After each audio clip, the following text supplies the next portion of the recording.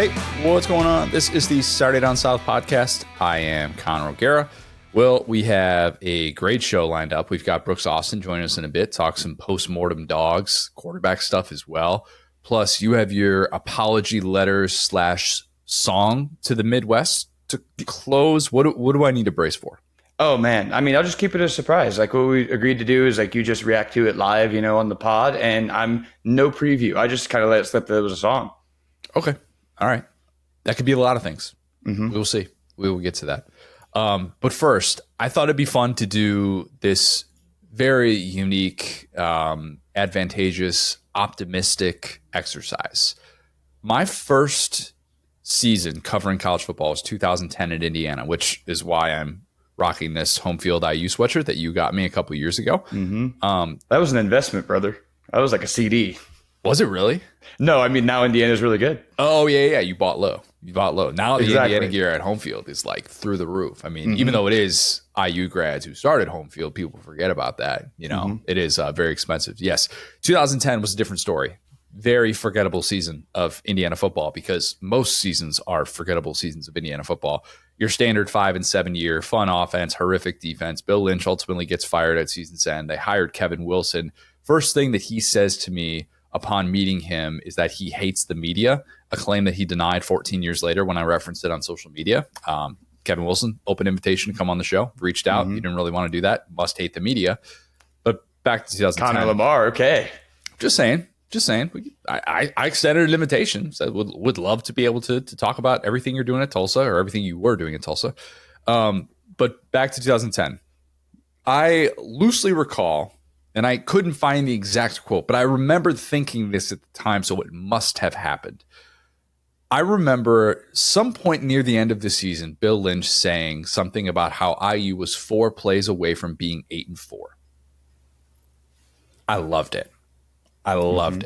And once I stopped thinking about how crazy that was for a team that went 1-7 in conference play with the lone win coming in an overtime field goal against Purdue in the regular season finale, it kind of shaped perspective a little bit because this is the way that coaches think. We're 4 plays away. So we hold up our 4s, not just because it's the fourth quarter. It's not really the fourth quarter. It's the first quarter of the offseason. But we hold up our 4s because we're always 4 plays away. That's what this game comes down to. I mean, that's if you really think about it, you remove all context, it really is altruistic and optimistic, right? It's like, hey, I had a bad day today, but I was 4 decisions away from having the best day of my life. Exactly.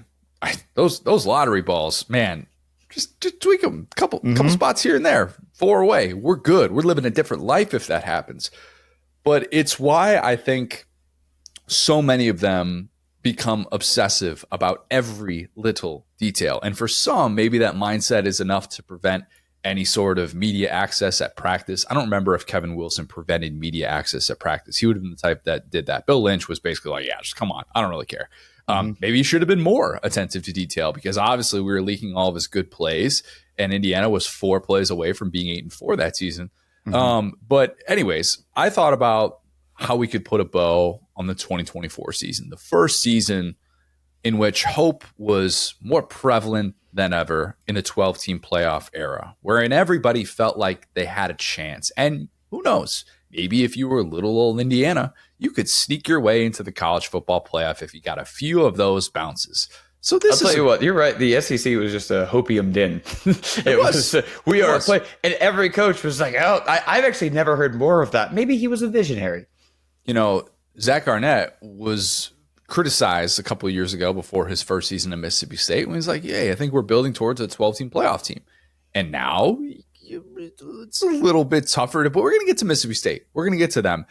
We're going to do every single SEC team with this exercise. And I'm going to show you how each one of them, which is 4 plays or less, for making the college football playoff. Okay? And we're obviously going to exclude the teams that made the playoff. Georgia, Tennessee, Texas. We've talked enough about you. This is not for you. You didn't need 4 plays to get there. You got to the college football playoff. You did what everybody else wanted to do. Does that make sense? Absolutely. All right, so let's go in alphabetical order here. Let's start with Alabama, Will.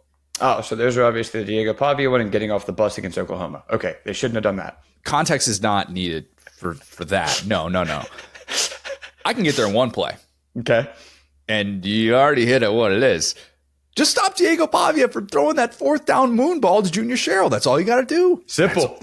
Let's go back to that situation because you might have forgot what the context was. Vandy's up 23-21 late in the third quarter. Everyone on Bama's defense is anticipating a run because it's Diego Pavia on 4th and 1. Why in the world would it not be a run? Actually, if you go back and watch that play, Quay Rusa had a really nice read from the snap, and he would have been able to take away Diego Pavia's first read, which it looked like he was in the flat. I'm not sure if that was Stowers, but it wouldn't have been surprising if that were the case. If Pavia throws that ball to the flat, it's very likely batted down by Rusa. Maybe it's even a pick six going the other way.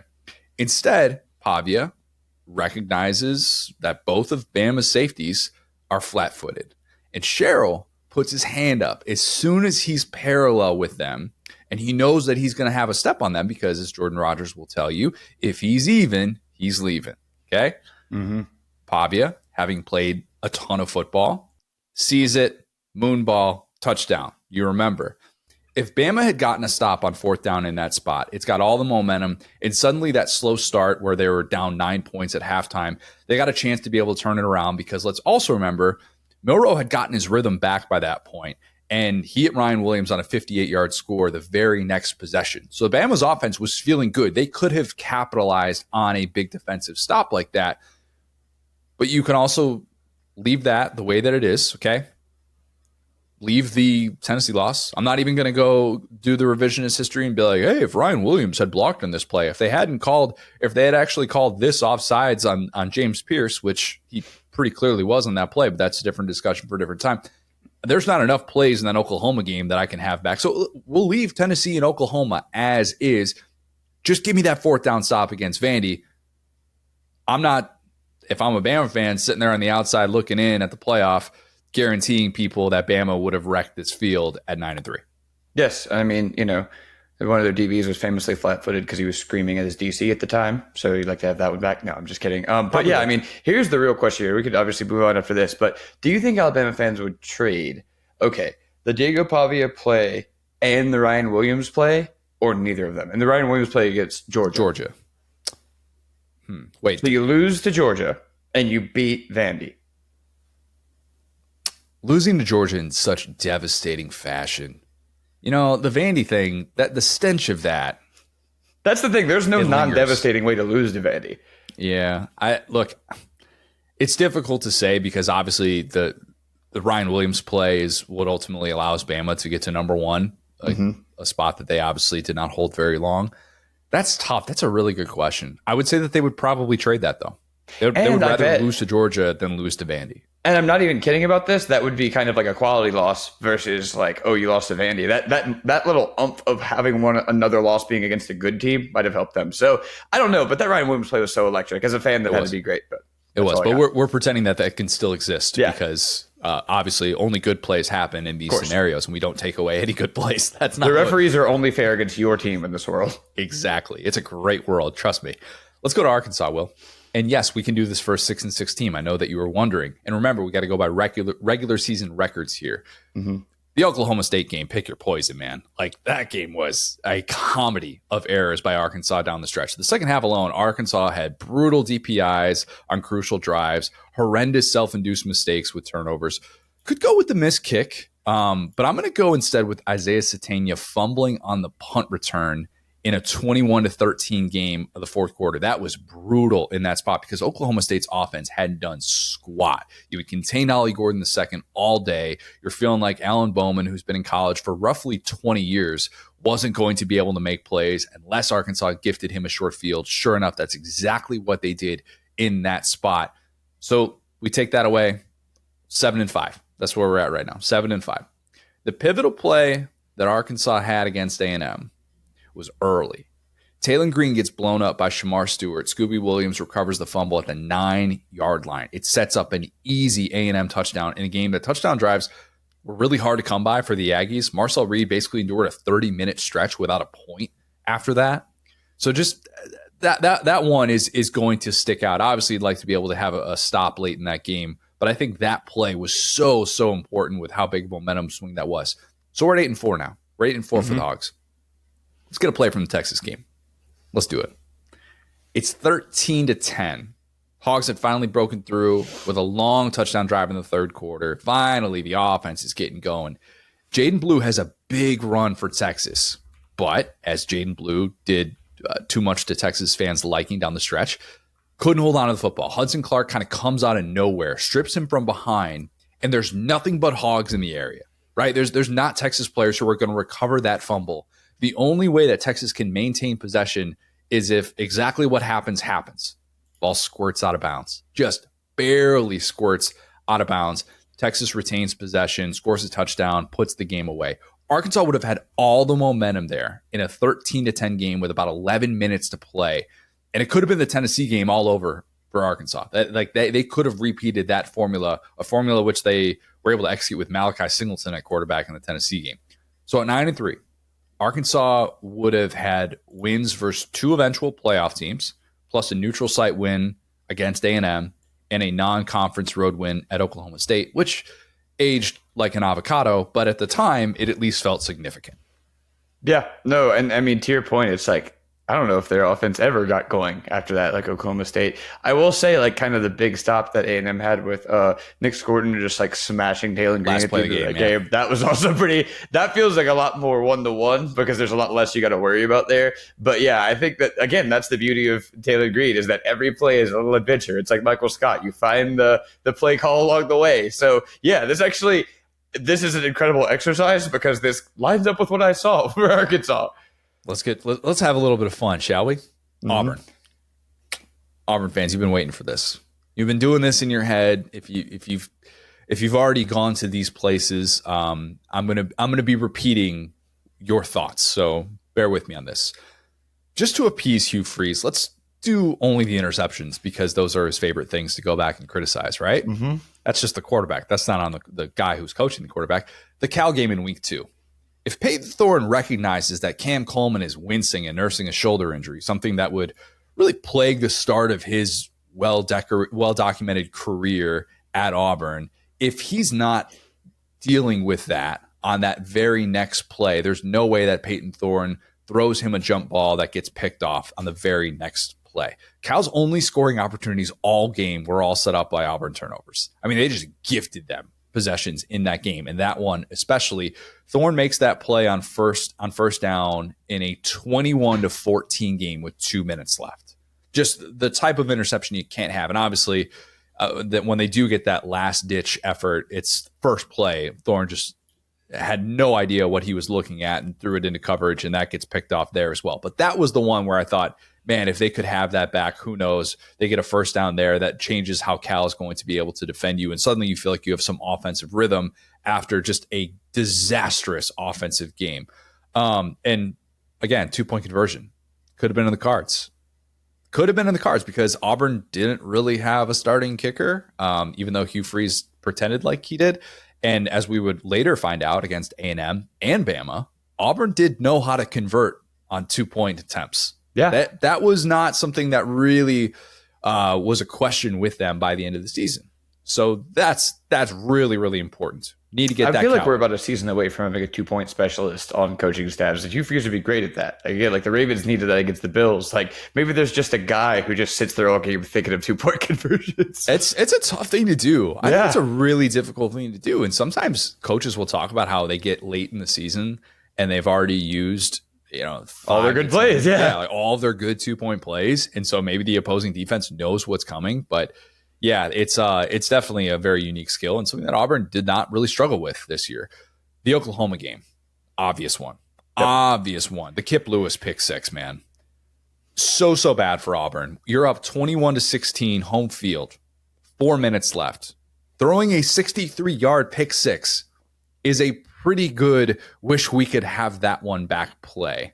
That's when pick six you throw it in NCAA 25 where you're like, this would never happen in real life. How is this guy still running? Somebody would tackle him. And it did. And it very much did. And you kind of couldn't believe it as it was unfolding. But you could have also pointed probably to the J.J. Hester long catch that he had after Oklahoma just couldn't do anything offensively. And that was roughly their only downfield completion the entire season, I think, last I checked. But now they had wide receivers. So you said his name again. So that's good. Yeah. We're at 7-5 for Auburn. 7-5. Okay. We've only used two plays. Two plays if you're keeping track at home. We need two more plays to be able to get to 9-3 and just to make the selection committee think about little old Auburn. All right. How do we do that? Let's deviate from the picks for a second. All right. Let's deviate just for a moment.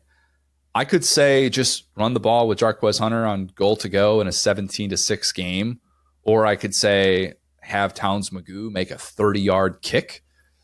But really, if we are going back to the Mizzou game, this is about simply not letting a dude come out of the hospital and pick up a first down when he is staring at 3rd and 18. And he was actually injured, we determined. He was not faking it because he ended up actually being injured into the next week. I kind of wish that Brady Hoke was faking it and he was just in the hospital. Wait, what did I say? You said Brady Hoke? Brady Hoke, goodness gracious. I They kind of needed wish better that interior protection on that play. So I think Brady Hoke anyway. Brady Cook, not Brady Hoke. Of all the times that I have mentioned Brady Cook on this podcast, that is the very first time that I've ever said Brady Hoke. Brady Cook came out of the hospital, put on his cape, and don't you know it, he was pretty darn good down the stretch. Auburn played man coverage on Luther Burden, and he basically got an entire side of the field to be able to operate on. And I know you trust your corners, you trust Keontae Scott in that spot, but still, that was advantage Mizzou in that moment. No catch there. If they're able to just get off the field and not allow, I mean, they ultimately convert on 4th down. So I'm just looking back at 3rd and 18. They convert on 4th and 5. But if you're not able to catch the football there on 4th and 5, Auburn's not getting beat by a quarterback who was, again, in the hospital during the game. Okay? You know, I feel like I haven't been that mean in Auburn, considering how funny some of this stuff is. Because when you say Towns Magoo 30-yard field goal, that sentence should never be said, just in life. That doesn't sound like a sentence. That sounds like AI generated that. It was like, well, like if you know, like the SI got busted for using the AI reporters, it's like, and kicker Towns Magoo missed a 30-yard field. That's not a real person. You just made that person up. And then, yeah, I'm right there with you. Like all of these, it feels like, again, like I feel bad for Auburn because I think they actually have a pretty good coaching staff and I think they have a pretty good amount of talent. You talked about the Cam Coleman thing, which is funny because we did the whole retrospective on freshman wide receivers. It was like, oh, like this never happens. These guys are never good. Da da da. And you're right. He started the year hurt, despite the horrors, despite the quarterback play, despite having another great wide receiver next to him. He ended up turning into pretty much the player that we thought. Now, again, Auburn has to have the funniest season ever, so he ends up about the 3rd best freshman wide receiver behind the guy at Alabama and Jeremiah Smith. Yeah. By the way, shameless plug, I will have a Ryan Williams, Cam Coleman piece coming out very, very soon. Just with kind of looking back on the freshman seasons that they had, who's going to have a bigger 2025. So be on the lookout for that on SaturdayDownSouth.com. We're at 8-4. Yeah. We're at 8-4 for Auburn. Okay, we're close. We're not quite there. 8-4 is satisfying for Bill Lynch. It's not satisfying for what we're trying to do today. Let's actually leave Vandy alone. Let's say that the jumping the shield penalty that was called was properly called on that field goal.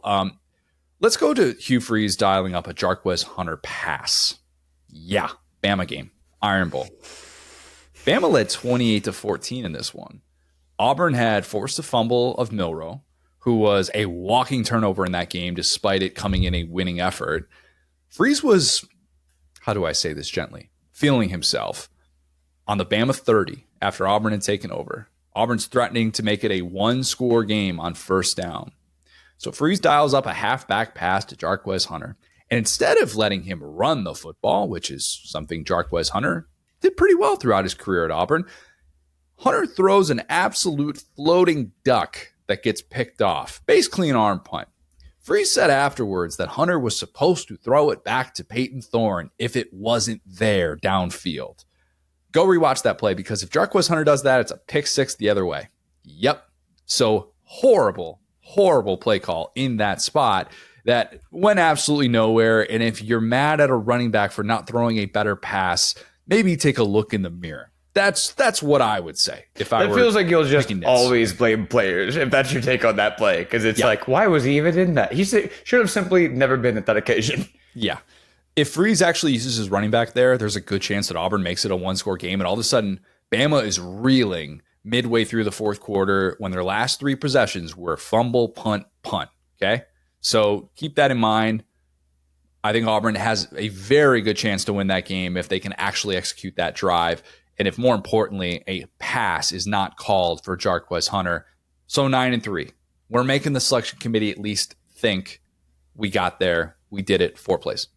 Yeah, I mean, and I love that we have, again, not blaming the officials. It's like, brother, again, and it's funny because I went on this whole rant about, jumping over the shield at the LSU game against South Carolina. And now we're, everyone's like, oh man, everyone's like aware of the, of this random call because we had this whole discourse about it. And Auburn obviously has the same thing happen to them. But again, this is not the referee's fault. Jarquez Hunter is throwing passes. And I just want to speak on him really quick because, again, we look at the season. The weapons went as good or better than we could have expected. Jarquez Hunter, we were trying to pick anybody but Jarquez Hunter to lead the SEC in rushing. Obviously, Dylan Sampson did it. But Jarquez Hunter was number 2. Had a great year. And it was SEC season. Yep. As good. And all the questions about like, hey, he's really not big enough. He might get hurt. He's more of like this, like a receiving back or whatever. And then, the stat came out, and I don't have it pulled up now, but I referenced it at the time that basically statistically they stopped leaning on him whenever the game started counting really like down the stretch. And it's like, this guy's obviously, if not your best offensive player, it just depends on, again, the days the receivers are having. Some days those receivers were like top notch, but over the course of a season, certainly, I think he was your best player, and they would just stop using him at the end of the game. So, yeah, the Auburn stuff is just so, similar to the Arkansas stuff where it's like, if you just did the easy part of this, you'd actually be a pretty solid football team. Actually, just don't throw a ridiculous pick six. Use Jarquez Hunter. He's pretty good, and you're actually kind of cooking here. I gave you the 4 plays. All of those come back to freeze because he was the one who said Peyton Thorne is our starter, and I'm going to run it back with him. I'm going to have some sort of continuity.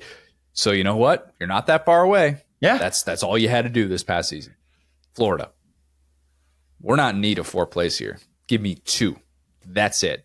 Billy goes for 2 at the end of the Tennessee game instead of settling for overtime. That's an obvious one. We'll take care of that. And here's a fun one. DJ Lagway avoids a hamstring injury against Georgia, so that instead of having a walk-on from Yale come on the field in a pivotal game, a rivalry game that is seemingly there for the taking somehow, you have your quarterback of the future, your savior, whatever you want to call DJ Lagway in as many words, you have him on the field instead. So that's all you got to do. Just keep that hamstring, even if you want to throw an apparatus on it, we saw that's perfectly fine. DJ Lagway can operate with an apparatus on his leg. Can he? Really well, Will. But you win at Tennessee, you beat Georgia and Jacksonville. That resume, which started as the hardest schedule in college football history, that resume includes wins against Tennessee, Georgia, LSU, and Ole Miss. That is a 9-3 team that makes it into the college football playoff. 2 plays. That's it. That's all we needed. Yeah, and I mean, it's funny, too, because that feels like hopium, but it's really not. If you look at the 2 teams that Florida ended up beating that were, thought of as good, playoff contenders at the time as far as Ole Miss and LSU, I would argue that Georgia played as bad, if not worse, than both of them in that game. The only difference is that they had DJ Lagway for the following 2 games. I mean, Carson Beck was like ready to move to Florida already for that game. He probably had 2 balls that also should have been picked on top of the ones that he had that were picked. Like, they couldn't move the ball at all against Florida, and it looked like equal parts that the defense was locked in and that Georgia just had no want to be on that field with Florida. But the difference in having your second string quarterback, who is, one of the greatest recruits in Florida history, which is saying a ton after the way they've recruited, and a guy who's a walk-on from Yale, is very different. Like, the jump from 1 to 2 we saw was not that great, and in some ways, Lagway was better than Mertz even early on. But the jump from 2 to 3 is something you should just never have to do in college football, and that was I hate to say that was the reason why they lost that game, but it's a different game. Yeah. And to Aiden Warner's credit, even though he was a walk-on from Yale, have I mentioned that he was a walk-on from Yale? He did walk on from Yale. People forget that. He played sure didn't run. He played well, but yeah.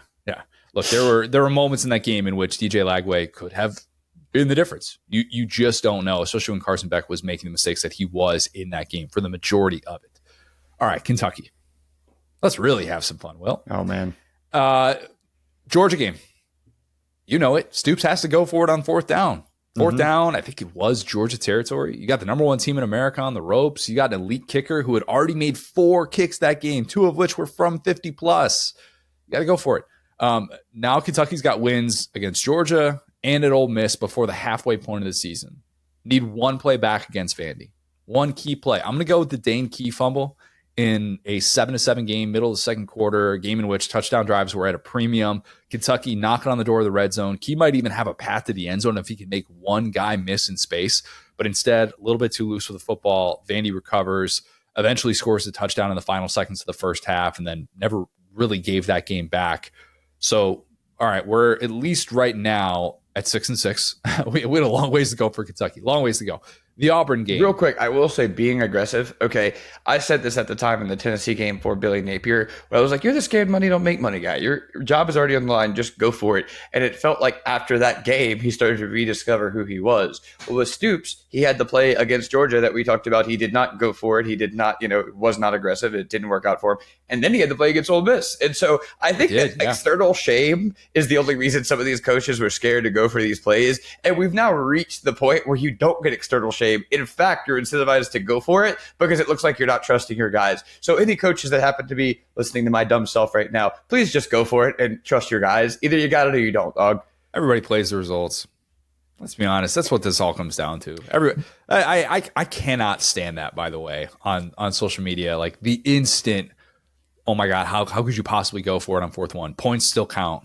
Mm-hmm. That crowd just missed me with that. But I think that's the thing. I think that the entire vibe has changed because the analytic guys and the analytics and the Manalytic guys are like, hey, statistically, you need to go for it. And the guys are like, you got to trust your guys. Those guys want to go for it too. And like I said, it was just this feeling of shame in the 2000s, the football we grew up with, where it's like, you got to take points here. You got to flip the field. That is like old ball coach talking. And you don't get a lot of external people saying that anymore. So yeah, people play the results, but those people are losers. The funny thing is I actually defended the decision to punt there because I thought they had no chance whatsoever of picking that up. In hindsight, with how much the offense was struggling. Wow. So, yeah. You called yourself out. I didn't say anything about that. I'm calling myself out. Of course I am. The Auburn game. Not one play to stop Jarquez Hunter. He's still running. There goes that man. Yeah, he's still running. I think he picked up another 600 yards by the time I finished the sentence. Mm-hmm. If Kentucky doesn't throw a pick on the goal line and converts in that spot with a backup quarterback, Gavin Wimsatt, who they would bring in for the red zone packages, it's 24-17. Auburn is leading with 4:40 to play. Well, that is peak Hugh Freeze can blow this game territory. Mm-hmm. All right? Look, he will find a way. He will find a way to give you that one play. 24-17 is the most dangerous lead that Auburn can possibly have. They would find a way to be able to just hand Kentucky the football. Jarquez Hunter would not even see the field. He would just stay off the field in that spot. We're up. He would be kicking a field goal, actually. I think. Yes, Towns Magoo. Oh, that was actually the one game that we didn't have Towns Magoo. McPherson was playing in that game. Yes, that's why I didn't make a Towns Magoo joke because I was like, actually, I don't think Towns Magoo was in this one. Yeah, he was able to travel. So, all right, we're at 7-5. What a funny season. Sorry, continue. Obviously, and everybody knows this. Everybody's talked about this. If Kentucky, doesn't have Brock Vandagriff get knocked out of the Tennessee game on that shot that he took. Mm-hmm. He leads Kentucky to a go-ahead touchdown drive in a 21-18 game. Many such cases. Yeah, of course. Tennessee just can't pound the rock with the SEC Offensive Player of the Year, Dylan Sampson, and the Vols just repeat what happened in the Arkansas loss, and they just don't have enough. Nico probably lets time run out and is unable to get a good look for a last-second throw. That's probably what happens if Brock Vandagriff just stays on the field instead of getting knocked out in that play. Mm-hmm. And if that happens, this is how we get there with a 4-8 team.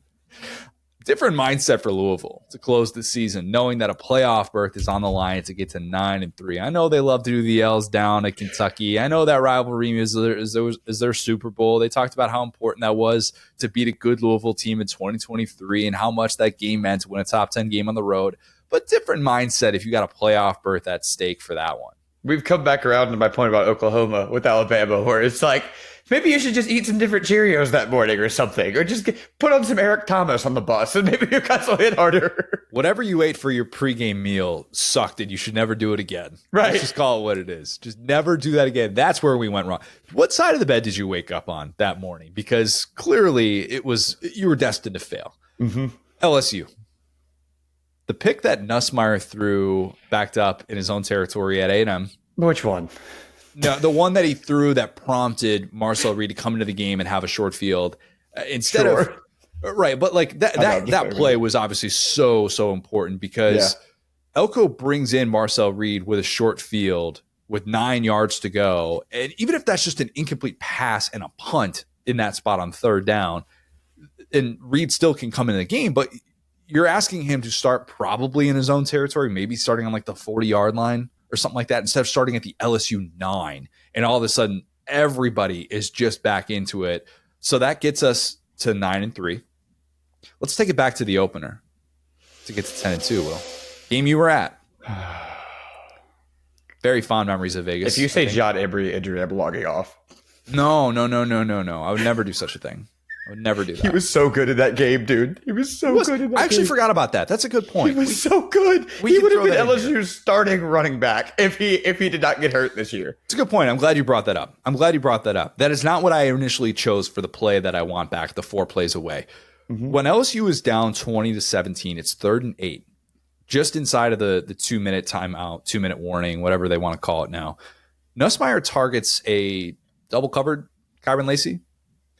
It's an incomplete pass with an illegal shift, so it ends up being a no play. I guess, USC declines the penalty. So in theory, if LSU had completed a pass, it still wouldn't have counted. But if LSU just runs the play as called and it doesn't have the illegal shift penalty, Nussmeier had time and threw like someone who didn't.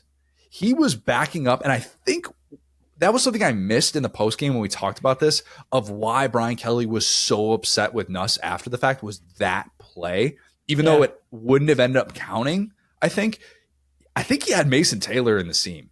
If he doesn't do that thing where he's anticipating pressure that really wasn't there, and you forget, like, all right, this is something we'll talk about with Brooks Austin as well. Like, it's very easy to forget that as much as Nussmeier's been around and as much of a football background as he has with his family, you forget that that's someone that's seeing the bullets flying like that, that has not seen a whole lot of those situations yet to that point in his career. And if you look back at that play, that was one that I think he would obviously want to have back. Then it's a 24-20 game. If we're talking about hitting Mason Taylor in the end zone, a guy that's done really, really good things for himself at the Senior Bowl this week and looks like a guy that will be coveted in the NFL. So LSU's up 24-20 in that spot. Yes, USC scores the touchdown, but they really had the whole playbook open. And LSU at the very end lets Woody Marks score that touchdown, right? Because that's like all they can do in that spot. How did it get there? Go one more play here from the USC game, Will. The last drive. USC is at the 47-yard line with 18 seconds left in a 4-point game. You need a touchdown, right? Or I guess in this scenario, you only need a field goal, or you need a field goal. You don't need a touchdown. Because it's tied 20-20 in the actual universe, not the universe that I've created. Right. But you have Miller Moss making this beautiful throw to Hudson into zone coverage, and Gilbert gets there a second too late. And to make matters worse, it's targeting. That's basically your ball game with 13 seconds left. We got LSU to 10-2.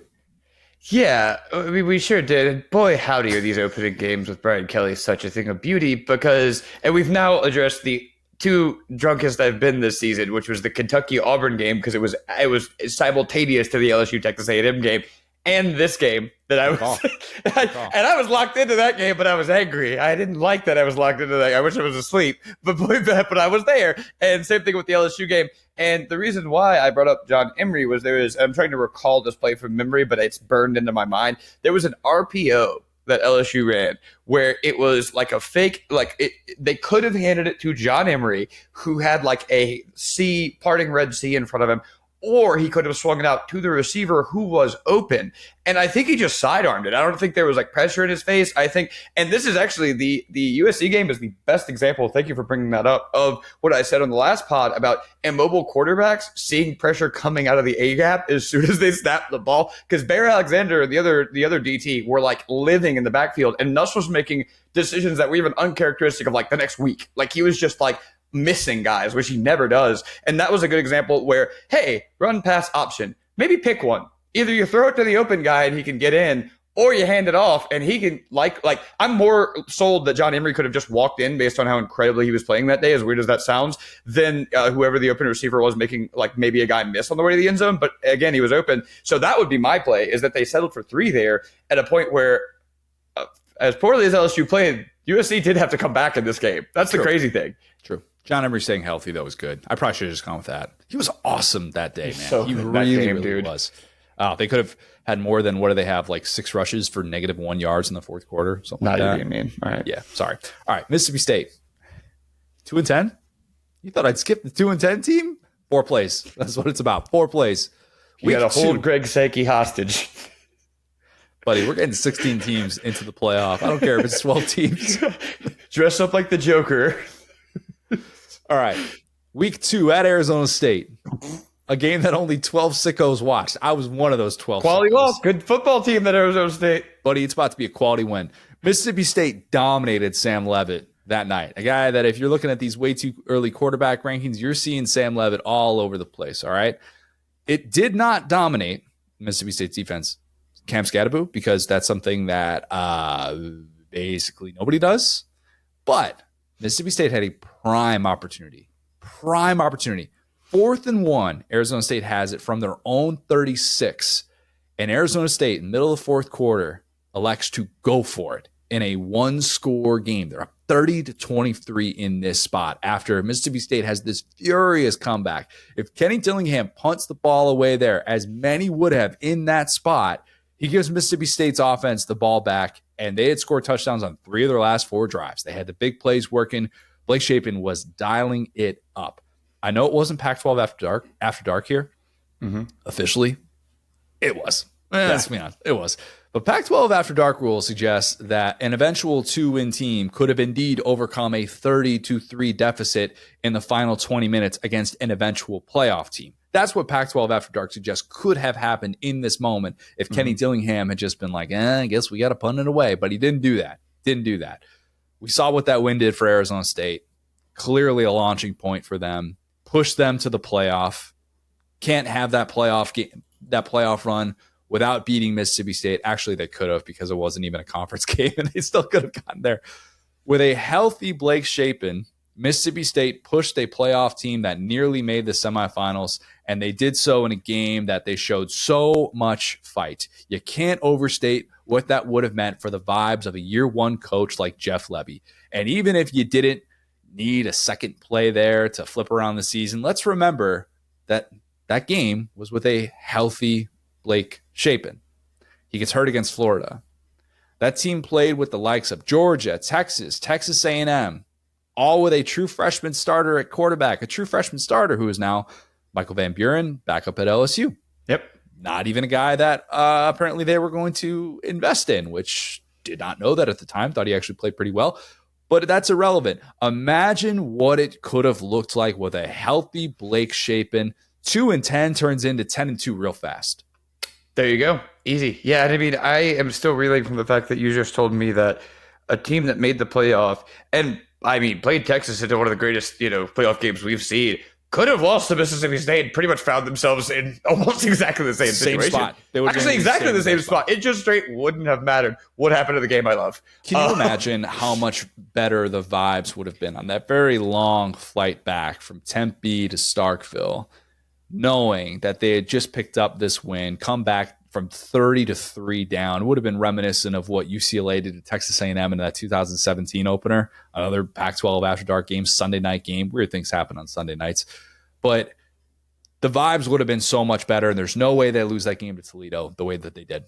Sure. No way. way. You go. Yeah. Mizzou. This one's easy. Don't let Rocket Sanders go full Billingsley Friday Night Lights, the movie, not the show. At the end of the South Carolina game, that's one. Drink was the one who told us that Mizzou had a path to the playoff with just 2 losses. So they still had playoff life. We're get that got us to 10-2. But we'll get to 11-1 Mizzou just because we mocked 2-loss Mizzou with the lack of quality wins and the blowout losses that they had. So we won't do that. We'll get to 11-1 by doing this. Let's not go back to a specific play, but rather a specific action, if you will, from a certain head coach who was looking to push some buttons. Drink definitely made the decision to send Theo Weiss a blanket and a note ahead of the A&M game, and you can't tell me otherwise. He might take that to his grave. I don't care. We know what happened. Whatever happens to me for the rest of my life, I'm going to love SEC football because what? This is a good football team. Like, this is not some random bad, like Auburn making weird to say, why did you do that, Drake? You are chasing your second straight 10-win season in Mizzou. His team did not have the fire to start the season that you thought it did. And it was... They need more gimmicks. That's what Drake is not bringing to the table.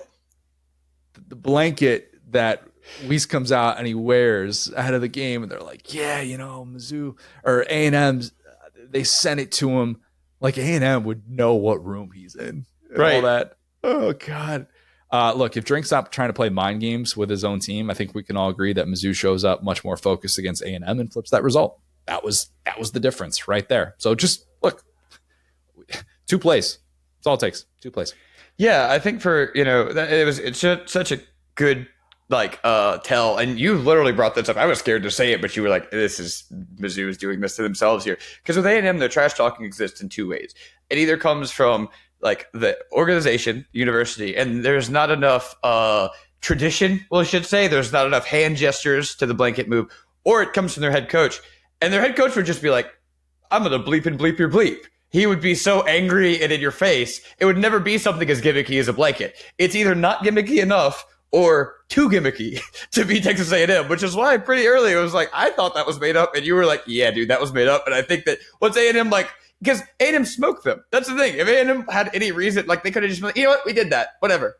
There was a missed DPI call, I believe, early in that game as well. I remember that. Mizzou fans will probably point out as well. But this goes back to the blanket. Let's be honest here. We don't need to call it one play. It was one decision from a certain head coach. Mm-hmm. Oklahoma, not as hard as you would think. Not that hard for a 6-6 team. Go back to the Tennessee game, Will. Mm-hmm. It's 12-3. Oklahoma just took over in Tennessee territory on a fumble.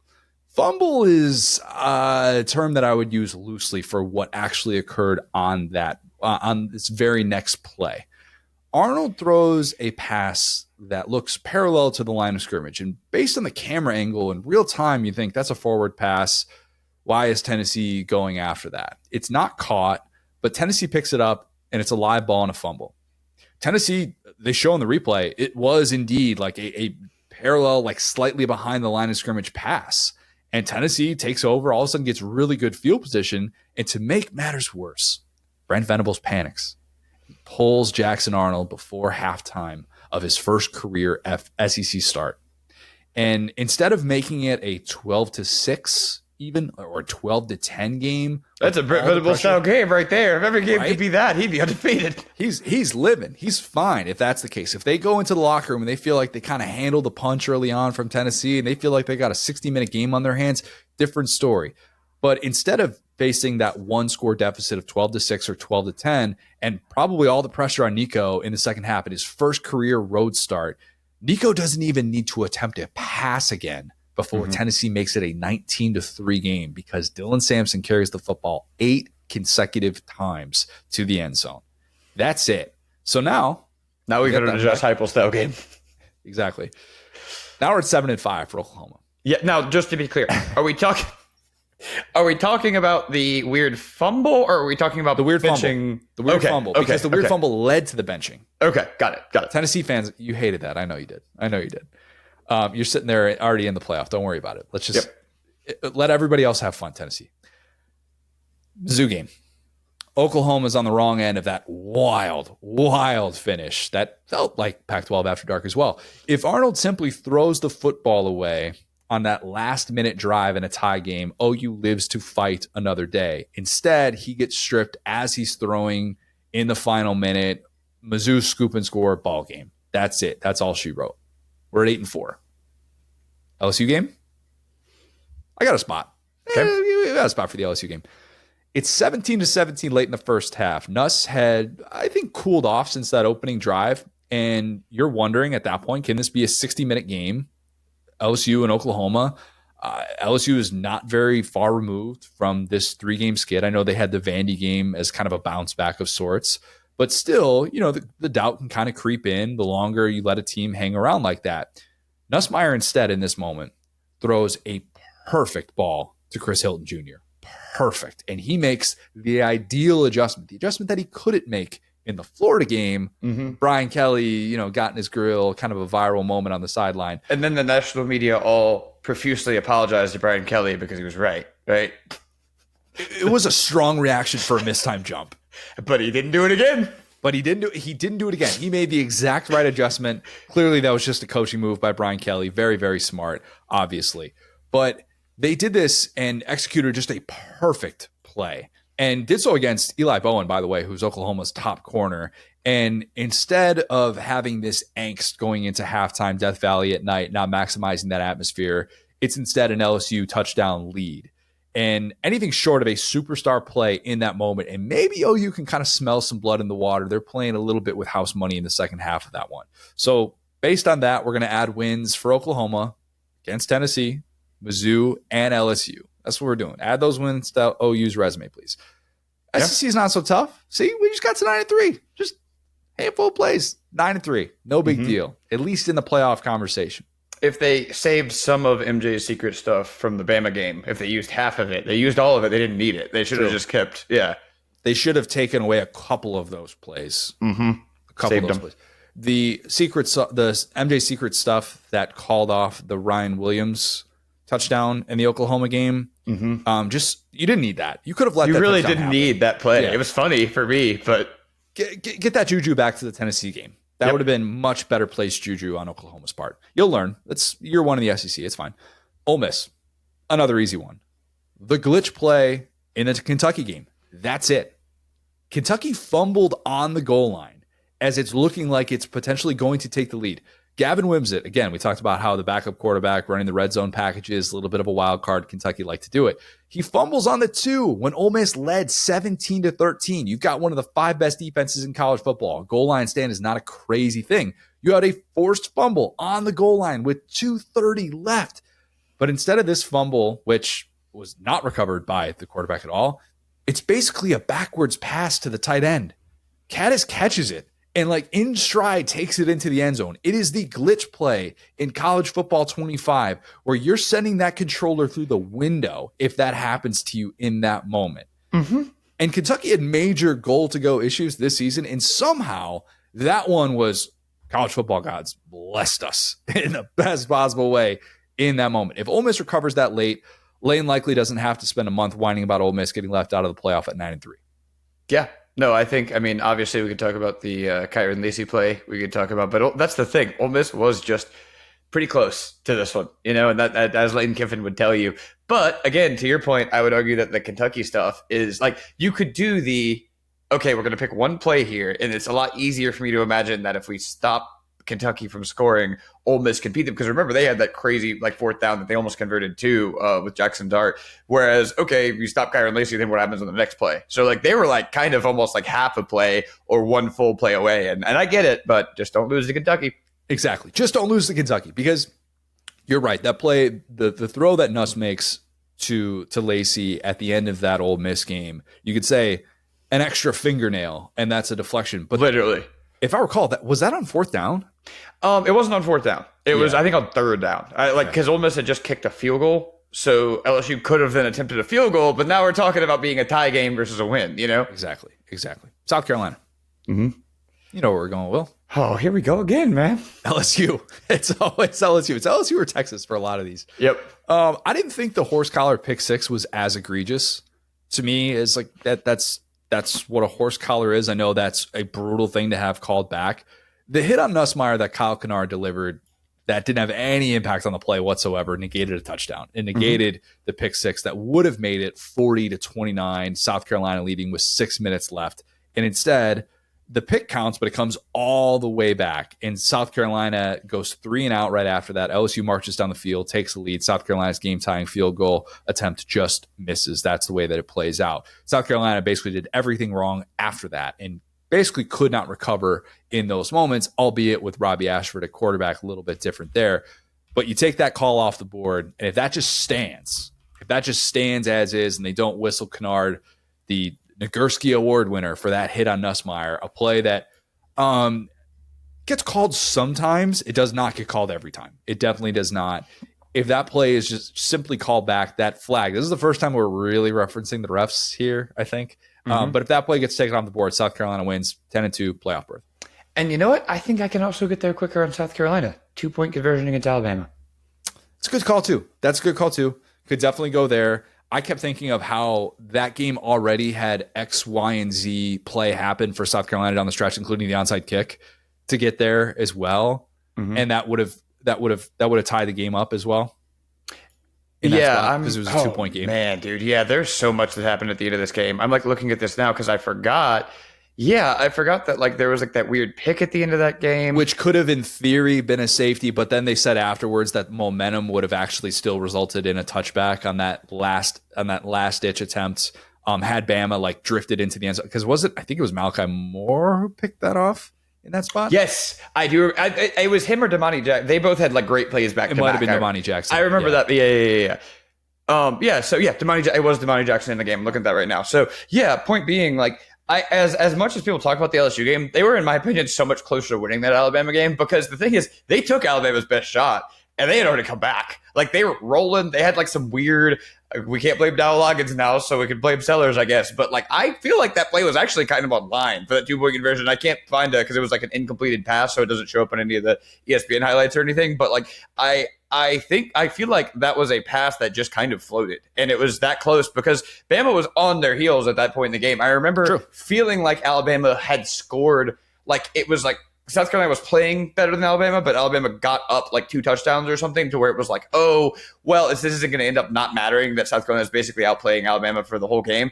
And then South Carolina started scoring. They had like a weird touchdown. They had like a turnover. So it became like kind of like a, not beamer ball in the sense of like, because I know they also like missed a field goal in here, not in the sense of special teams, but just weird points. They kind of came back. So yeah, I think that South Carolina was better than Alabama on that day. I think the LSU game was a little bit more back and forth. Now, granted, again, I think they were better than LSU for most of that game. I'm not saying that, but yeah, I think that they were, again, this is half a play.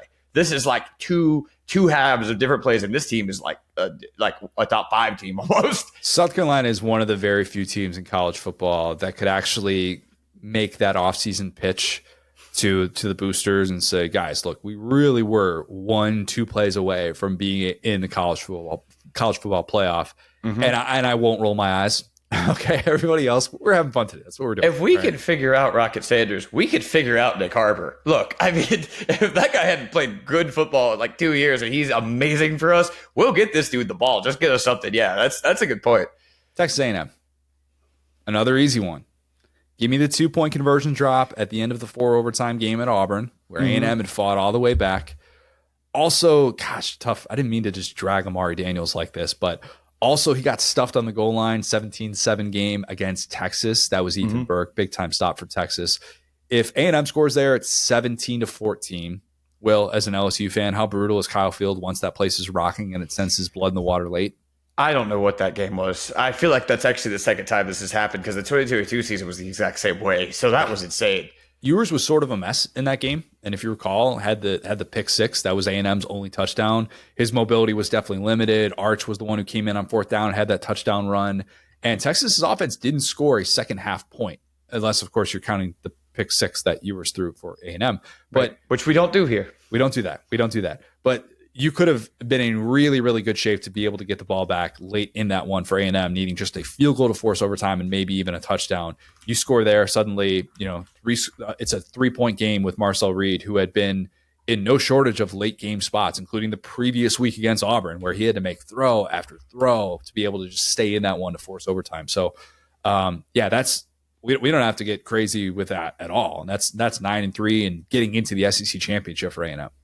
Yeah, I also remember kind of like, and forgive me here because these box scores are impossible to pull up now that we've clicked over to next year. But I feel like there was also a fourth. Yeah, you talked about the 4th down call against Texas. Again, I'm going to stick with my plan here.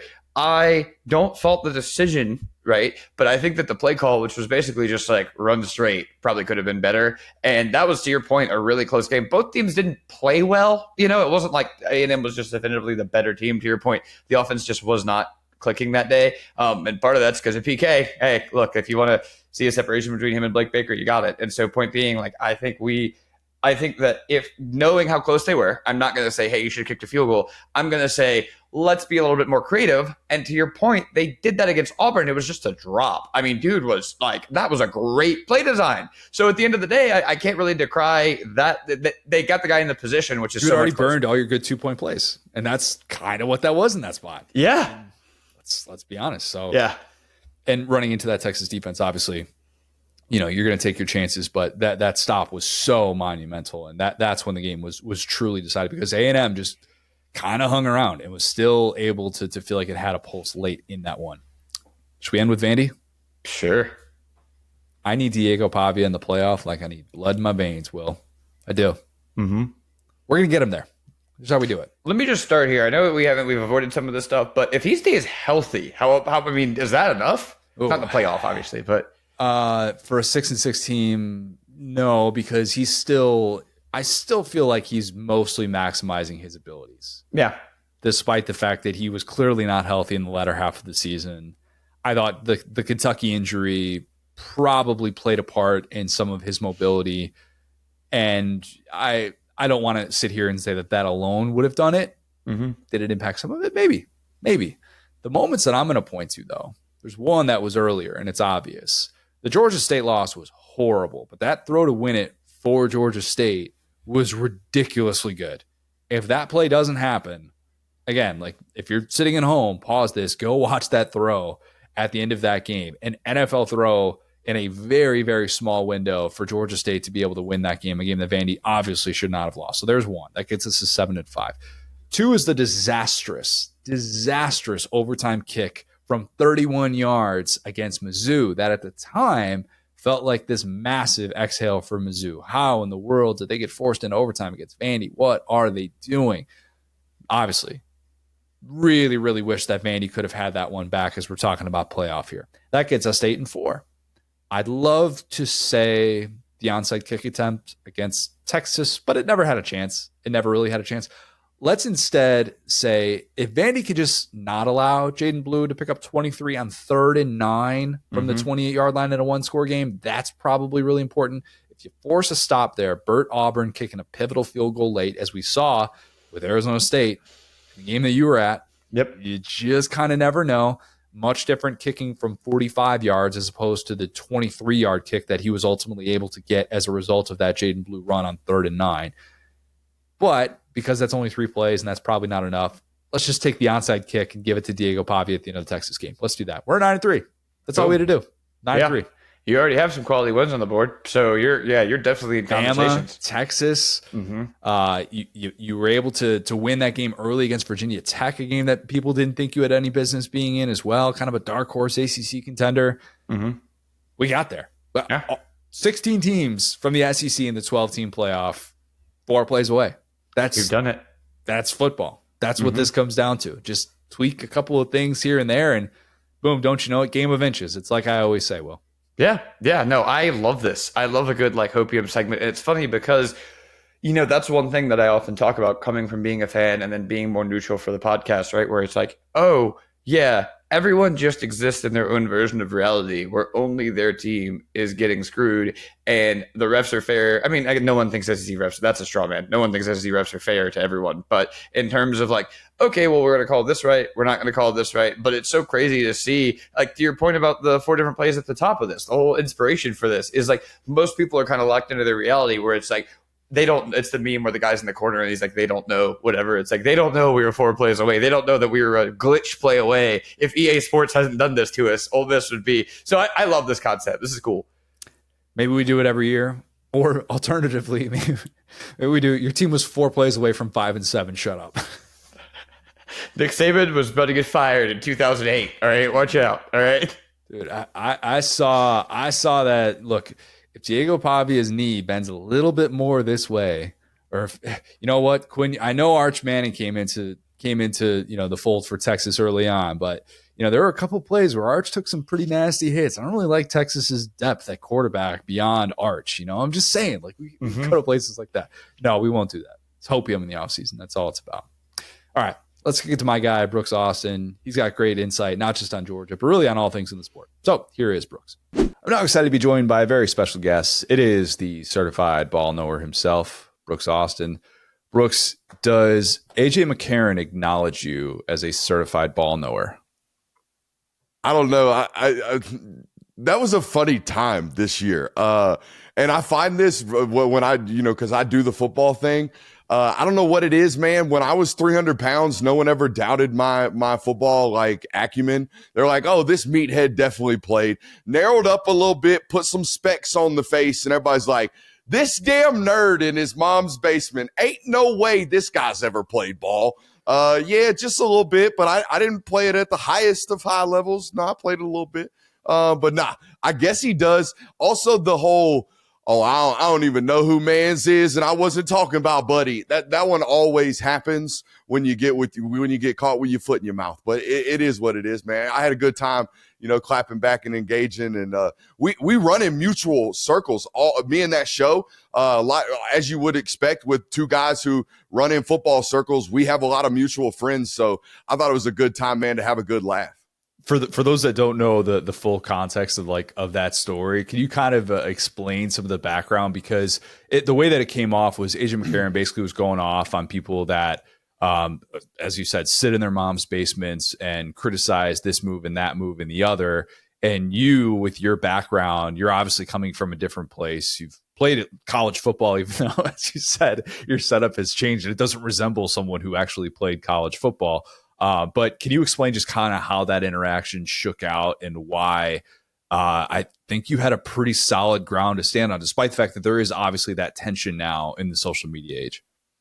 Yeah, I mean, so for folks who don't know, there was a pretty famous football game that Alabama lost this year against Vanderbilt, and they got smoked on third down. I think they gave up 12 of 19 third down conversions to Vanderbilt, and all on like real short yardage, 3rd and 5s, 3rd and 6, 3rd and 7s, critical downs where the defense should probably get up off the field.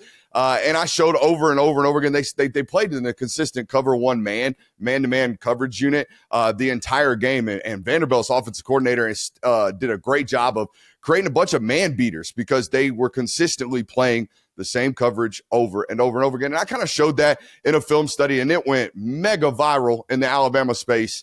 And when that stuff happens, most fan bases are like, hey, this is stupid. Fire the coordinator. How dare we? Like, we just out here playing the same stuff over and over again. And it can kind of feel like it's pointed at one, individual. And I noticed my mentions just firing off Kane Womack stuff. And when that happens and people are foreign to my work, I imagine the initial response is, who's this guy that thinks he knows football, criticizing a football coach? How dare he? And that was kind of the vibe that AJ had. And my response was kind of, fact checking a little bit with not only my credentials, but just the general thought process of what happened in that individual football game, which I thought was, hey, y'all got smoked on third down. And a lot of it was because your guys were getting beat, but a lot of it was because they knew what you were playing. They had studied you and you failed to break your own tendencies, which in my opinion is part of the responsibilities of a coordinator, not just, hey, put our guys in a consistent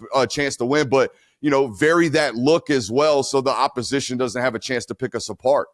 And also, Tim Beck is just smarter than a lot of people, and that really helps. And, Vandy is certainly better for it. A guy that's been criticized a lot, a guy that you've had to talk about a lot, and apologies for talking about this again, but Bobo, it's difficult for someone in my position to sit here and criticize this and criticize that. We can criticize decision-making, like, obviously the end of the first half with the way that it played out in the Sugar Bowl and the decision to try and go for it there. But let's kind of peel it back here. Do you think, based on everything you've seen from his offense, not just this year, but the 2 years that he's been running this offense, do you think that Kirby should have moved on or perhaps looked at a solution where Kirby doesn't necessarily fire Bobo, but instead he brings in someone else to call the plays? And it's kind of what LSU tried to have with Joe Brady and Steve Ensminger at LSU, like 2019. I love that you gave me a tough question, but you gave me a layup because you included last year.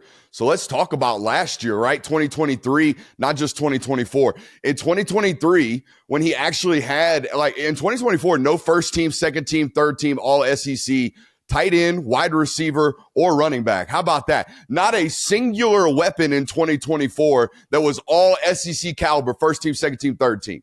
Not a one. Okay, so that's what happened in 2024. In 2023, when there was a guy by the name of Brock Bowers around, there was a guy by the name of Ladd McConkey around. Yeah. All they did, setting records in the NFL, by the way, all they did was, lead the nation in third down conversion rate. That's what they did. They led, completed 73% of their passes in 2023. So they did a pretty good job in 2023 when they had really, really good football players at the weaponry position. That obviously declined in 2024, as did the offensive line play due to, ups and downs with regards to injuries. So I think we're going to see this kind of maybe year in and year out trajectory around all of college football, man. It's about whether or not you can band together the right type of weaponry and have consistent play at the quarterback position. I felt like they had that 2 years in a row.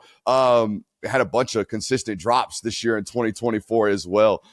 So yeah, I think, this is the natural progression of this fan base. You get to a point where you're winning back-to-back national titles, and that feels like the standard. We better be putting up 40 points a game. This Todd Monken guy is doing great stuff in the NFL. This is the standard for offense. It feels like now you take a dip, all you do is win an SEC championship and play, for a quarterfinal in the college football playoff. That's it. That's all you do. That's the decline. Go from back-to-back titles to one loss to winning an SEC title, fire everybody. That's kind of the vibes, I don't understand it, but it is what it is. How much blame would you give Bobo for the disappointing offense that played out? Is it 20%? Is it 70%? Because you bring up all the other elements. The weapons obviously weren't there. The drops were a big part of this. Carson Beck not maybe seeing the field the way that he did the previous year. But how much of that comes back to an OC in his spot? Connor, I'm a guy that over the years, especially when I know this much about one particular football team, I look at it across the board. It's a litany of things, right? They are not as good as they used to be at running back. I know Nate Frazier is really, really good, but they had to bring Trevor Etienne into this room for a reason. Now, why is that? They haven't signed a 5-star running back since, I think, DeAndre Swift. Why is that? The NIL market has driven up the price of a 5-star running back. So they're not in the mix there. Okay. Well, they had a deterioration of the offensive line this year because they had a bunch of injuries. Well, normally they have ample amounts of depth at the offensive line position. Well, why haven't they? Well, in 2022 and 2023, they signed 9 offensive linemen, 2 of which have actually played on this roster. Where'd the other 7 go? Well, they haven't played on this roster, and, the other ones that have transferred out can't play anywhere else. I'm looking at Jacob Hood. He's transferred to Nebraska, I believe, and can't get on the roster there. So what happened during that time period? Well, Matt Luke kind of, I'm not going to say kicked his feet up on the recruiting trail, but per Georgia standards, kicked his feet up on the recruiting trail. All right. Didn't have a bunch of players that panned out at Georgia. All right. So now Stacey Searles comes in and has to kind of rebrand what they're doing on the recruiting trail. Did exactly that in 2024. Signed a bunch of monsters, right? 6'5", 6'6", all 315 pounds plus. So that's just one area, right? In the run game. You look at the wide receiver position, they just now brought in James Coley for a purpose to sign talented football players. C.J. Wiley and Taylor Taylor are the highest rated combination of wide receivers that they have signed since George Pickens and Dominic Blaylock.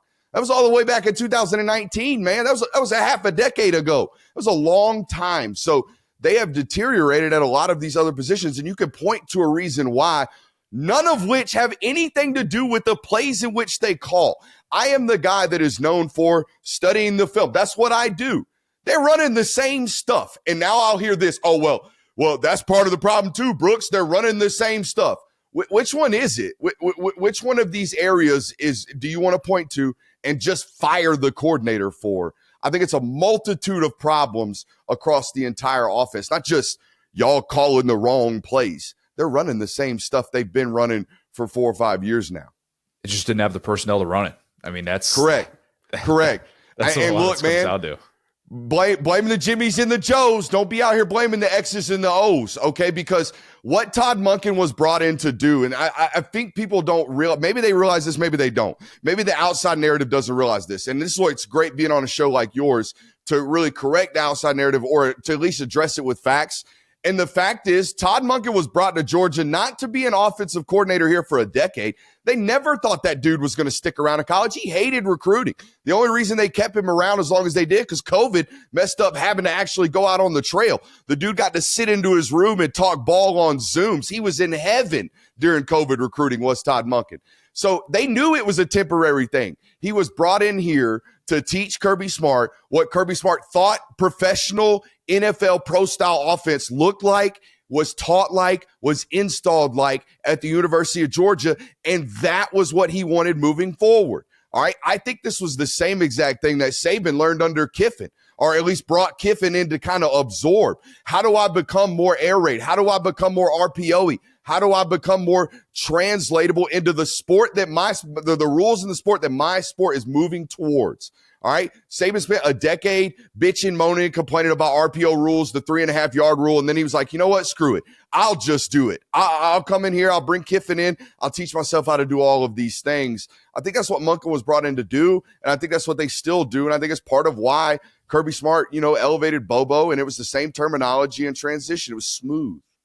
It was always going to be difficult to replace someone who, for my money, was the best assistant hire of the playoff era. I thought Monken was that good in maximizing the weapons that Georgia did have. And obviously, when you see what he's doing in the NFL, it makes it feel that much worse. And of course, Bobo is going to feel those effects. The drops were brutal, very well documented. We don't need to go down that road again. But I don't think anyone would have predicted the path that Carson Beck took in 2024 and into 2025, now being at Miami. What did you make of the year that he had? And I mean, whichever side that you kind of believe on all this, it ended with a divorce. And that's really the only result that matters. I mean, do you want to talk about the Carson Beck, the football player, or do you want to talk about Carson Beck's divorce at Georgia? Which one are we going down? Let's go down, because they are different things. Are they not related, though? Because at the same time, if Carson Beck sets the world on fire, he's off to the NFL, and there's no talk about a divorce or about, hey, where we ended up. I think if Carson Beck doesn't tear his UCL, he's off to the NFL. I thought anybody that was really watching Georgia football this year, like an NFL scout would, trying to decipher whether or not they're going to draft Carson Beck, looks at the Florida game and was like, damn, son, you're going to have to come into my film room and explain how and why you played as bad as you did. But everything else is very, very explainable. Okay, like, I don't want to do this, but you can go through about 85% of those 12 interceptions this year that he threw, and you can be like, well, damn, the wide receiver busted his route. Damn, that wide receiver ran at the improper depth. Damn, that wide receiver continued to run against zone coverage when he's supposed to squat. Clearly, he was trying to throw at the ball here, and that wide receiver was, right? Like, offensive lineman didn't pick up a stunner here. A ball got tipped. Like, I can explain away a ton of the performance from Carson Beck this year, and I thought he played as well as he always does. I've never thought this guy was going to be some top 10 pick. I didn't think he was going to be able to go to an NFL offense and have a terrible offensive line and a mediocre wide receiver group like most top 10 NFL drafting football teams have, and certainly elevate that roster. That's not what this guy is. He's a facilitator, not an elevator. He is very much so a good decision maker and a good processor. All that being said, that dude clearly did not want to play another year at the University of Georgia. And I don't think Georgia was all upset that he didn't want to play at the University of Georgia. I think it was one of them mutual decisions that oftentimes gets construed as, oh, well, we got to pick a side. No, I think it was very clear the moment he got hurt, and like, bro, they stopped talking to Georgia. It was it. Like, we're going to make this future decision process without, even queuing these guys in. They stopped talking. Phones went cold. We're done. All right. That was that. And I think Georgia, I don't know if they were happy with it because he's a good football player, but I thought they were okay with it. They're like, all right, well, you want to move on? We'll move on too. It's easy for people like me to sit here and connect dots and to look at what it now means to be these decorated quarterbacks coming back and to be the guy with a private jet deal, and he's got the Lamborghini deal, and he's got all these different things. He's got the famous girlfriend. And we look at all these pieces and go, man, for 22, 23-year-old kids, you're going to get a little bit of a side eye. And with the way that it plays out, we, of course, connect dots and go, well, by the end of it, he was an outsider. And he was this guy that did not necessarily have the support of the locker room in the way that Gunnar Stockton, the second that you find out he's going to be the guy, I mean, the Ford F-150 that's got 300,000 miles, like all this stuff starts to come out. How much of that is connecting dots, and how much is there actually truth there of now evaluating the way that these quarterbacks come back into the sport now being more celebrated and more decorated with outside influences than ever before? You know how much a head of cattle costs, Connor? Do you? I can't say I do. I ain't Googled it lately, but if it's a breeding cow, and I'm venturing into a whole different area of expertise, and I don't necessarily know, you'll know why here in a second. But I think they run about $1,100, $1,200 a head. So seems like a lot. Yeah, right. But it's a big animal. I mean, you pay a couple grand for a dog nowadays. Imagine how much you pay for actual, hunk of beef. So here's the deal. One guy driving a Lambo, and look, the Lambo truck relatively expensive. I'm gonna assume a good, cool $250,000. That's what we're gonna assume.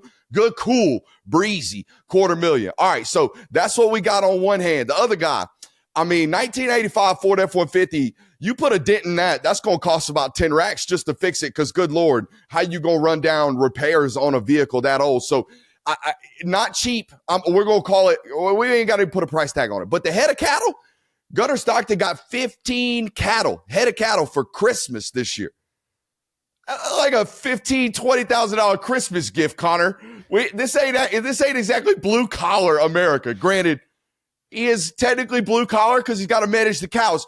You get what I'm saying? Both of them not doing bad. So I don't know where we were going with the question, but yeah, blue collar ain't as cheap as it used to be. I think is the overall arcing point. You know what I'm saying? I hadn't thought of it that way in terms of how much cattle he was getting, but you're right. I mean, quick Google. I'll let you know. Yeah. I'm fascinated by Gunnar Stockton, and he's a difficult guy to sit here and evaluate as Brooks continues to find out the cattle prices. What's market price on cattle? 2 to 3 racks, Connor. 2 to 3 grand a piece. He got 15 of them jokers. 15. Sorry. You called me on a Thursday in the offseason, Connor, and we're talking firing coordinators. So you was gonna get some goofiness. I apologize. This is how we change the narrative. That Gunnar Stockton is, just Stetson Bennett 2.0, and that he's really blue collar. No. This guy's getting like By the way, $30,000. By the way, Stetson Bennett drove a Raptor. It wasn't a truck. It was a Raptor. All right, $185,000 Raptor. Let's not talk about him like he was blue collar either. He did have, what did he have? A flip phone, because they were crushing him. That was it. Yeah. They were crushing him. And guess what? I guarantee he had the iPhone the whole time. Come on, dog. It was a ploy. I guarantee it. Smart. It worked. Successful. We brought up the flip phone countless times. And there's something to be said for that and how you're perceived by your teammates and all this stuff. And now I wonder, once you get past the Gunnar Stockton conversation leading up to the Sugar Bowl, what is this guy going to become? Because the sample size is weird in that it's against 2 of the 3 best defenses in college football. But how did you evaluate him when you went back and watched it and not necessarily just in the heat of the moment? Yeah, I actually thought he played like way more confident and way more accurate in the second half of Texas and that entire game against Notre Dame than he did at all in the mop-up duty against UMass and Tennessee Tech. Isn't that wild? Like he missed several throws in that UMass and Tennessee Tech game when I went back and really, because that's all we got. Like we go into 2025 and you go into the next year, all you really have to watch in terms of what the team might look like is go look at garbage time against the bad teams.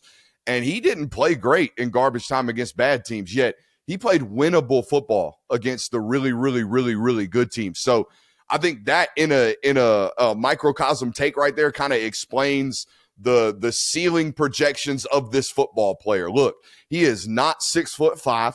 He is not 230 pounds. People think he's a dual threat guy. He ain't, like we saw it. He ain't gonna run away from you. He might run through an arm tackle, but he ain't twitched up. All right. This isn't some super explosive athlete, but what he is a competitive it factor projection. Every bit of anything you hear about out of the Georgia coaching staff, or if you listen to any press conference they've had about this guy, or if you listen, it's all it factor projections, dude. It's all team plays harder. It's all the dude is a competitor. It's all the things that, on top of accuracy and decision making, really make up what a quarterback is in college football. That stuff matters in college football, I believe. Whether or not everybody else around you is connected to you, whether or not everybody else around you loves you, whether or not everybody else around you is going to play harder because you are in the huddle now. That matters in college. You know why it doesn't matter in the NFL? Because we're all making millions, baby. We all have to play to a standard because it's a tight 53, right? I'm not guaranteed to be here for 4 years on this roster. So I do think that stuff matters, and I do think that stuff will resonate in the building where I do believe last year at times it felt like the the quarterback was a pro. Like he was coming in the building, going to do his job, and he was going to leave. You have to do all that other stuff to get people to play hard in the game's most tight moments, which, by the way, that's where college football is moving. Like, I think the years of Ohio State being the most dominant roster or having a singular roster that's like, shit, they got 18 pros. I don't know if that's going to be here anymore because the talent has dispersed, man. So we got to win games tight. We got to win games close, right? We have a bunch of 2-loss SEC teams, bunch of 3-loss SEC teams. Why? Because we got a bunch of teams that are equivalent with regards to talent nowadays. I want to get you out of here on your QB rankings. We got some pretty significant disagreement. Early QB rankings. Obviously, these are subject to change. All right. I already got smoked on the Nuss thing. Come on, bring it for me. Come on. Yeah, let's talk about it. I got Nuss as my best returning quarterback in the SEC. You didn't have him among your top 10 nationally. So that was a notable like, hey, dumb. Where's that one at? Like they're way too early. So you're good. Way too early. No. But when I got smoked from LSU staffers for that one, dude. Like I have to own up to this. It was a blatant. When you do one of those lists, you've been in the media long enough, Connor. When you do one of these lists, man, there's a notable omission every time. And if you don't have like a buddy or a truth fact checker right there with you, every once in a while, one of these going to slip through the cracks. Nuss was one of these. And here's my thing about Nuss. I do think Nuss is a top 5 guy going into the league or going into the season next year, especially in this conference. But here's my general concern, and I want somebody to explain this away.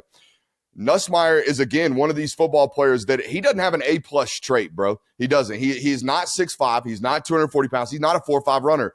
He has to win with this and with accuracy. Tremendously accurate, and he's one of the best leaders and like follow me, I'm going to do the right thing guy I've ever seen, dating back to when I first saw him at Elite 11 camps as a high school prospect. But here's my thing. We have to be an NFL, like if he's going to play on Sundays, he has to do it with here and always making great decisions. Dude, he makes 4 or 5 decisions a game where I'm like, buddy, did we just shut it off? Did we shut off the decades of information our father, who is a coach, has relayed to us? Did we just shut all of it off? Like, you're the guy that should never make that decision. Yet every once in a while you turn into Stetson Bennett, the bad kind. Like, we can't do that if the whole projection's based off, I know this guy will never make a bad decision. Do you know what I'm saying, Connor? I agree with that. And the only reason I would push back is because you're right. All the experience in the world as someone who has been in the film room, who has the dad as that coach, got a huge leg up in that. You're sitting behind a Heisman Trophy winning quarterback. You've been with great offensive minds. Still his first season as a college starter. You know what I mean? Like, until the bullets go flying, as you like to say, like, you just don't know. And he had some of those moments this year where you just felt like, you know what? Oh yeah, that's his first. This is a guy that, he's in his 4th year of college, but this is his first year as a starter. And I think you could point to all quarterbacks in the SEC, even Lagway in the bowl game, who you have Lagway coming back as your number 1 quarterback in all of college football. Nobody can ever call you a homer for that, by the way. Why are you so sold on Lagway? Because I am as well, but people are sick of hearing me talk about it. Oh my God, he's a freak, Connor. He's a freak. This guy does more wow stuff than anybody I've seen in this conference in a long time. From the pocket too. I'm not talking about like, I saw one clip, I can't remember who it was against. He's got a deep over concept working from the left to the right, all right? He's got a right guard that just gets mollywopped right off the snap. He dips up underneath the 3 technique, got another guy coming in his face, and he just does one of those and throws a 35 deep over in the last window possible right on the sideline. And it's all of this. It's all over the tape. The other thing I love about him, and that it's a rarity, especially coming back in this conference. Find me a quarterback in this conference that throws the ball in the deep area of the field as accurate as this guy. He's hitting 40-yard balls in stride, making them look like damn slants, okay? That's what kind of life he has in his arm, and that's what kind of talent he has. And again, it's not just, he's scrambling, extending the play, throws it 65 yards to the backside post that you're not really supposed to throw unless the play breaks down. No, he does all of this play maximization is what I call it, from the pocket, because he understands what just special throws over and over again. Now, hey, whoa, you clearly didn't see that zone defender. We just threw it right into that guy's face mask. He'll do that. He'll do that too. But that is, you're 19 years old. With Nussmeier, Nussmeier's been on practice fields at LSU for 4 years. I mean, come on. We can't be like making bad decisions when I know it's first year starting, but we're 22. You know what I'm saying? There's a difference in these types of decision-making errors, if you will. I think Nuss has been there that long. He's Vandegrift's age, so he's been there a while. 5. Yeah. This projection for Lagway as the number 1 returning quarterback in the country for you, that means you're high on Florida, right? Do you look at Florida as a team that's going to make the playoff this year? Are we still pointing to the schedule? Like, what's holding you back with them? Same question I've had for Billy since he's been there. Like, I know they're great on offense. I know they are, and that's why he is continually being adamant about being the offensive coordinator. But they lose football games in the margins elsewhere, dude. They don't lose the football game because they put up 475 yards of total offense. That's the bare requirement for being undefeated. They'd be undefeated. They're good enough on offense. That's not my concern. My concern with Florida, and it's always been, is that Billy spends, if he's got 150 hours in the work week, because they're all turning it out like this, he spends 125 of it working on offense and being great on offense. And then they're bad this week on special teams, or they're bad this week on defense, or they're bad this week here, or they're not good enough here. God forbid the offense staggers or we're turnover worthy on offense. I am out of this era of college football where you can just be one-sided. You know what I mean? You could just be one dude. Like, I'm gonna handle this, and I'm gonna hire everybody else to do it. No, you have to be a CEO. You have to maintain the standard everywhere. You have to walk around and say, hey, guys, we are clearly having a lapse in the game plan this week in the back end against this. That's what you have to do. Like, you have to be able to find all of the areas of why we are not going to win this week, because it's going to be like this in college football. So my concern about Billy is that he's always been way hyper-focused on what, by the way, he's already good at. Like, we need to go find out why we're losing elsewhere, not just on offense. Brooks, you're the best. Always love your perspective. We'll do this again real soon. Tell people where they can watch all of your stuff and get your mentions about Nuss. You can find me on social media at Brooks Austin BA. And if you like anything that I've laid out here, we do a bunch of content on YouTube like these guys. Just search the Film Guy Network. I appreciate you, Connor, for real. Thanks, man. All right, well, let's close with your apology to the Midwest, which was a result of you losing our playoff bracket bet. And I picked the Midwest for you to apologize to. And then you picked a song, but do not worry. Do not turn this off. Will is not, in fact, singing this song. He commissioned this to either a real human being or AI. Not AI, because of copyright. I ended up, putting it out. I realized how much effort it would take to for someone to send me in. So I got my girlfriend Andrea to record it. So be nice to her. She's not a professional vocalist, but she is so much better than me. So I'll take that. Andrea, actually, I have never heard this. So yes. I'm listening for the first time with all of you. Mm-hmm. She actually was willing to sing this. Yes, we set up a little studio in my closet and we just drilled it. And like I said, she's not a vocalist, but we had a great time doing it. Wow. Okay. All right. So we're going to play this. Will, you got this pulled up? All right. We're going to play this in 3, 2, 1. Who's the number one in education? Beautiful sights like Christmas vacation. After 10 years, they're taking over the playoff. They've waited their turn. Now it's time like for that. the payoff. Baby, do you like grilled cheese? And fullbacks taking out your knees. Dan Brock, can you come back, please? I'm sick of Josh Williams. OPE, it's O to go. The CFP is a Big Ten show. OPE, it's O to go. So be polite and shovel snow. OPE, it's O to go. The CFP is a Big Ten show. OPE, it's O to go. So be polite and shovel snow. OPETOGO. We are saying O to go. OPETOGO. We are saying O to go. Wow. Hey, that is a bop. I don't know the copyright rules on that. Mm-hmm. I don't know how that works. That is catchy. And I'm not saying we're going to make it our new intro because copyright again, but the apology to the Midwest, I was hoping was going to have a few references to, oh, my bad. I'm sorry. I'm sorry. And that's what you said when you were pulling it up. So yeah, it was funny because I'm like, well, I gotta, list all the things I like about the Big Ten, talk about missing Mike Denbrock, talk about the way that they actually just kind of smoked the SEC at a conference. So we're feeling good, man. Yeah. I will accept that. I will accept that. Good work. Even though homework, I gave you an extension on your homework, basically, is how this broke down. But look, I think there's a lot of people out there that need to come up with creative, catchy song remixes to apologize to a specific region of the country. So yeah, man, that's Ope to go. Ope to go, man. I think I don't want to say that apology letters need to become a norm. I do think maybe we need to incorporate them a little bit more. I think we need to incorporate them a little bit more. We're going to have a draft coming up. I believe that's going to be next Thursday. I'm going to think of a topic for a draft. Okay. If there's one that comes to mind, just let me know. That is tentatively speaking the plan. And we will do drafts on the first Thursday of every single month. But that might be the last apology song for a while. So if you miss them, just play that on repeat. Easy. Right? Do it. Yeah, easy enough. If you haven't, leave us a 5-star review. Subscribe to our YouTube channel where you can watch every episode of the Saturday Down South podcast. Follow us on Twitter at the SES Pod, at Sat Down South, at TJ O'Gara, at Go So Hard. Thanks, guys. Talk soon.